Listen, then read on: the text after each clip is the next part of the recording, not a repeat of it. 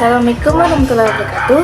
Perkenalkan, nama saya Nisapu Ramadhani. Saya dari kelas 10 4. Pada kesempatan ini, saya ingin mengajak kita semua untuk mengenal lebih dalam tentang seni musik. Seni musik merupakan sebuah bentuk ekspresi jiwa yang telah menjadi bagian dari kehidupan manusia sejak zaman dahulu kala. Musik bukan hanya sekadar hiburan, tetapi juga merupakan bahasa universal yang mampu menyatukan perbedaan, menyampaikan pesan, dan membangkitkan emosi. Melalui video ini, saya akan membahas apa itu seni musik. Apa itu musik? Musik adalah seni yang terbentuk dari kumpulan suara dan irama yang selaras atau harmonis. Dalam pengertian musik dapat dipahami, terdapat suara-suara dengan nada yang sudah disusun sesuai komposisi tertentu, sehingga terdengar merdu dan indah di telinga. Pengertian musik adalah cabang seni yang timbul dari pikiran dan perasaan manusia yang dapat dimengerti dan dipahami berupa nada atau suara yang disusun sedemikian rupa sehingga mengandung irama lagu dan keharmonisan sebagai suatu ekspresi diri. Menurut pendapat ahli, yaitu Lex Grover, pengertian musik adalah kombinasi nada, vokal, dan instrumental yang mengharmoni untuk mengekspresikan segala sesuatu yang bersifat emosional. Yang kedua, Aristoteles. Pengertian musik adalah curahan kemampuan tenaga penggambaran yang berasal dari gerakan rasa dalam satu rentetan nada atau melodi yang memiliki irama. Yang ketiga, Soeharto. Pengertian musik adalah ungkapan gagasan melalui bunyi yang unsur dasarnya berupa melodi, irama, dan harmoni dengan unsur pendukung berupa sifat dan warna bunyi. Yaitu ada sejarah musik. Musik sudah dikenal manusia sejak zaman Homo sapiens sekitar 180.000 hingga 1000 tahun yang lalu. Pada awal abad ke-20, musik dianggap sebagai hal biasa, di mana nada musik ditandai oleh keteraturan getarannya. Keseragaman tersebut memberinya nada yang tetap dan membedakan suaranya dari kebisikan. Dalam buku Sejarah Musik dan Apresiasi di Asia tahun 2012, karya Sila Widyatama, musik adalah penghayatan isi hati manusia yang diungkapkan dalam bentuk bunyi yang teratur dengan melodi atau ritme serta mempunyai unsur atau keselaran yang indah. Istilah musik dikenal dari bahasa Yunani, yaitu musike. Musike berasal dari perkataan muse, yaitu 9 dewa-dewa Yunani di bawah dewa Apollo yang melindungi seni dan ilmu pengetahuan. Dalam metodologi Yunani kuno, memiliki arti suatu keindahan yang terjadinya berasal dari kemurahan hati para dewa-dewa yang diwujudkan sebagai bakat.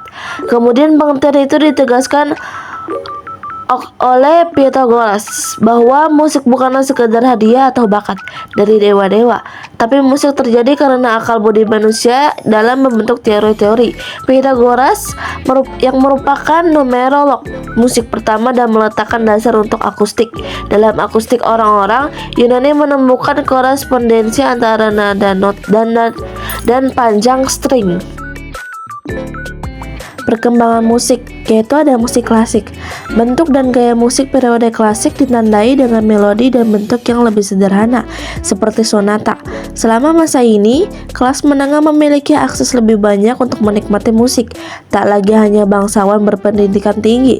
Untuk merefleksikan perubahan ini, komposer membuat musik yang tak terlalu rumit dan lebih mudah dipahami. Piano sendiri menjadi instrumen utama yang digunakan komposer selama periode klasik. Pada periode ini, Mozart, penulis simfoni pertamanya, dan Beethoven lahir. Contoh komposer terkenal Mozart dan Beethoven, yaitu ada musik romantis. Romantis pada konteks ini dikenal lebih bergairah dan ekspresif, bukan berkaitan dengan romansa atau cinta. Komposer memperluas penggunaan berbagai instrumen, termasuk instrumen angin. Instrumen yang ditemukan atau diperbaiki selama ini termasuk seruling dan saksofon. Melodi menjadi lebih dramatis karena orang romantik meyakini bahwa imajinasi dan emosi mereka yang kuat akan mengalir melalui karya-karya mereka. Pada pertengahan abad ke-19, musik rakyat menjadi populer di antara orang-orang Romawi dan lebih banyak menekankan tema-tema nasionalis. Contoh komposer terkenal Piotr Ilyich Tchaikovsky, Frederic Chopin, Sergei Vasilyevich Rachmaninov. Ada musik abad ke-20. Musik selama abad ke-20 membawa banyak inovasi tentang bagaimana musik ditunjukkan dan dihargai. Seniman lebih suka bereksperimen dengan bentuk musik baru dan menggunakan teknologi untuk meningkatkan komposisi mereka. Instrumen elektronik awal digunakan, seperti dinamophone, theremin, dan ondes smart note. Adapun gaya musik abad ke-20 yang muncul antara lain impresionisme, 12 tone system, neoklasik, jazz, musik konser, serialisme, change musik, musik elektronik, romantisisme baru, dan minimalis. Contoh komposer terkenal: William Wolford, Thomas de Christensen, Elvis Presley. Yaitu ada kesimpulan pada tentang musik, bahwa musik adalah seni yang mengungkapkan perasaan dan pikiran manusia melalui suara-suara yang harmonis. Musik juga dapat menjadi media untuk menyampaikan pesan atau perasaan kepada seseorang. Itu ada unsur-unsur musik. 1. Suara. Suara adalah unsur paling dasar dari seni musik. Menurut seorang ahli, suara adalah perubahan getaran udara yang memiliki panjang gelombang maupun periode dalam frekuensinya. Aspek-aspek dasar suara dalam seni musik dapat dibagi menjadi beberapa bagian, yaitu tala atau tinggi nada, durasi atau berapa lama suara dikeluarkan, intensitas, dan timbre atau warna bunyi. Yang kedua ada melodi. Salah satu unsur-unsur musik adalah melodi, merupakan tinggi, rendah, dan panjang pendeknya nada yang terdapat di dalam musik. Melodi adalah kesatuan phrase yang sudah disusun dari nada dengan urutan, interval, serta tinggi yang sudah diatur. Dengan adanya melodi, maka akan membuat musik semakin berwarna, sehingga dapat didengar dan dinikmati oleh masyarakat pendengarnya. Yang ketiga ada birama. Unsur-unsur musik selanjutnya adalah birama, atau sebuah ketukan secara berulang-ulang. Ketukan birama ini hadir dalam waktu yang bersamaan dan salah satu unsur pembentuk sebuah karya seni musik. Biasanya birama ini dituliskan dengan menggunakan angka seperti 2/4, 2/3, atau 3/4, segitu seterusnya. Angka yang berada di atas tanda miring itu menunjukkan nilai nada dalam satu ketukan. Birama ini terbagi dalam dua jenis jika dilihat dari bilangan penyebutnya. Akan disebut birama biner jika nilai penyebutnya genap, sementara yang berpenyebut ganjil disebut birama tenar. Lalu yang keempat ada irama atau ritme. Berikutnya ada iritma atau irama yang juga merupakan unsur-unsur musik. Ritme atau irama ini adalah rangkaian gerak beraturan yang menjadi unsur dasar dari sebuah musik. Tak hanya itu, ritme atau irama ini juga memiliki arti lain, yakni pergantian panjang pendek, tinggi rendah, serta keras lembut nada atau bunyi dalam satu kesatuan rangkaian musik.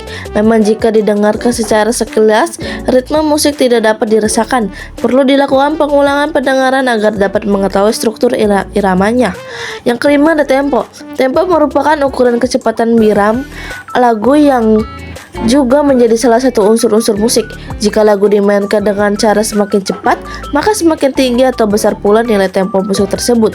Tempo sendiri memiliki beberapa bagian kategori antara lain lambat sekali atau largo, lebih lambat atau lento, lambat atau adagio, sedang atau andante, sedikit cepat atau moderato, cepat allegro, lebih cepat atau vivace, dan yang terakhir adalah cepat sekali atau presto. Dan yang keenam ada tangga nada. Tangga nada merupakan urutan dari suatu nada yang sudah disusun hingga membentuk tangga. Umumnya nada terbagi menjadi dua, yakni diatonik dan pentatonik. Nada diatonik adalah tangga nada yang terdiri dari 7 buah nada dengan jenis jarak 1/2 dan 1. Berbeda dengan tangga nada pentatonik yang memiliki nada pokok sebanyak 5 saja. Tangga nada memiliki satu nada dasar yang diikuti oleh nada lain atau tinggi atau rendah dengan pola interval tertentu hingga menimbulkan ciri khas. 7. Harmoni. Harmoni merupakan keselarasan paduan nada yang dimainkan dalam suatu musik atau sekumpulan nada yang jika dimainkan secara bersama-sama akan mampu menghasilkan bunyi yang terdengar indah. Harmoni juga memiliki arti lain, yakni rangkaian akor-akor yang disusun selaras dan dimainkan sebagai iringan musik. Akord tersebutlah yang pada nantinya akan dijadikan pengiring melodi. Yang kedelapan ada timbre. Selanjutnya ada timbre, yang merupakan kualitas atau warna bunyi terdapat dalam sebuah karya seni musik. Misalnya timbre yang dihasilkan dari alat musik tiup akan berbeda dari timbre yang dihasilkan alat musik putik, meski dimainkan pada nada yang sama. Yang kesembilan ada dinamika. Dinamika adalah tanda untuk memainkan nada dengan volume nyaring atau lembut. Dinamika juga merupakan salah satu dari unsur-unsur musik.